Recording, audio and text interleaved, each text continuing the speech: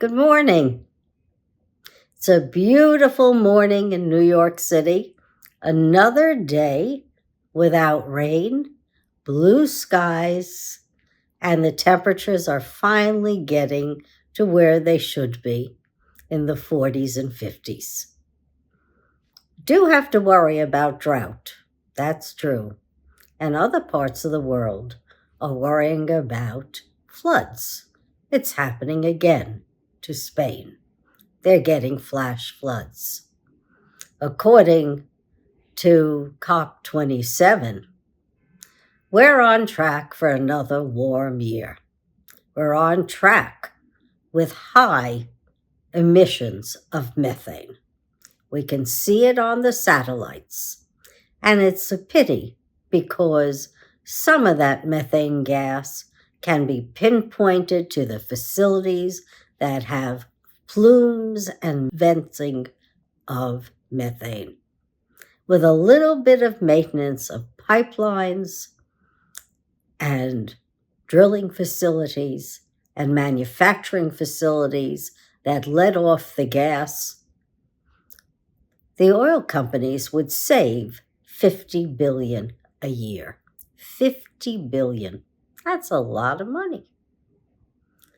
And all they got to do is maintain their facilities. As it is with so much methane in the air, we're on track to not only exceed 1.5 degrees Celsius, we're on track to go to 2 degrees Celsius. We do that, millions of people are going to die. So what's Donald Trump going to do, our new incoming president? He says, drill, baby, drill. Exxon Mobil is not so sure. Darren Woods wants to put the brakes on EPA deregulation. He wants to put the brakes on because he says short-term gains are not in anyone's best interests. We just can't deregulate the EPA. So we'll see what happens. May not be a slam dunk to deregulate and to drill, baby, drill. There's conflict in paradise. The other thing that happened is that I think is really hopeful. The Air Force actually was given permission not to clean up the water of Tucson, Arizona. They inadvertently dumped PFAS chemicals into the water system. They didn't realize at the time it was toxic. They fought the EPA not to have to go back and clean up Tucson's water. But they decided the right thing to do is to clean up the mess they made. And so, in spite of Chevron giving them the green light where they don't have to clean up, the Air Force is assuming responsibility and cleaning up the water. I think that is hopeful. It's hopeful in many ways. One, it says that, Chevron's been passed and anyone can litigate any of the federal agencies. But you got to think about the people. We, the people. Is it going to harm us? Or is it not? And if it harms us, well, Donald Trump was elected of the man of the people, for the people. Why should he harm us? So he's got decisions to make. There's conflicts in a lot of those policies. And I think that the military has made the decision they're not going to do anything that is against the law. They will uphold the law. And I say kudos. And I'd like to see accountability in a lot of those big corporations as well.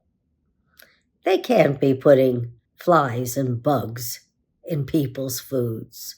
They can't be so irresponsible that we're getting higher prices because of avian flu or because of E. coli contamination or listeria.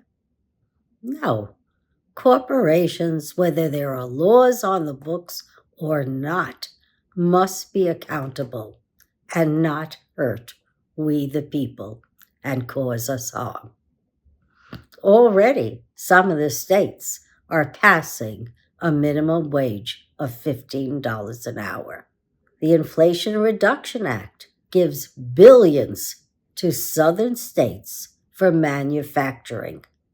And there's a lot of manufacturing of electrical vehicles and also new green energy. We need it, and we need it desperately. And I think Elon Musk would not want to see electric vehicles curtailed. He needs to produce them. And let's face it, the more you produce of any product, the cheaper it becomes. So we've got policies that Trump thinks he's going to pass, and we've got conflicts that make it almost impossible to do so. If you raise tariffs over 10%, what's going to happen to consumer prices? They're going to go up. He can't afford to hurt the people and give them high prices because we import a lot of our food. I know. I buy my blueberries and I see they come from Peru. Peru is the blueberry market for everyone in the world. So you got to be careful. You can't put in a policy and not think about its consequences. And what else happened? Sandy Hook folks won a huge judgment against Alex Jones, the Infowar guy, the guy who said Sandy Hook never happened, that the kids didn't die, but they did. And so the parents have won a huge judgment. No replacement for their children, to be sure. But one of the outcomes is Alex Jones went bankrupt. And in going bankrupt, he had to get rid of his social media platforms. And guess who bought them? The Onion, a New York City humorous magazine that has done a lot of great work in investigative reporting. So kudos.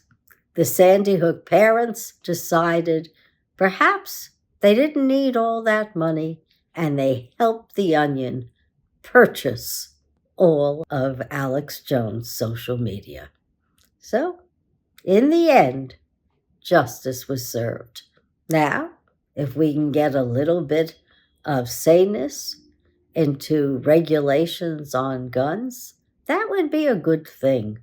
For a start, we don't need AR-15s in circulation or large magazines, nor do we need people who have mentally shown themselves to be abusive to their spouses to own guns either. The red flag laws should be put in place. So there's hope. Don't despair.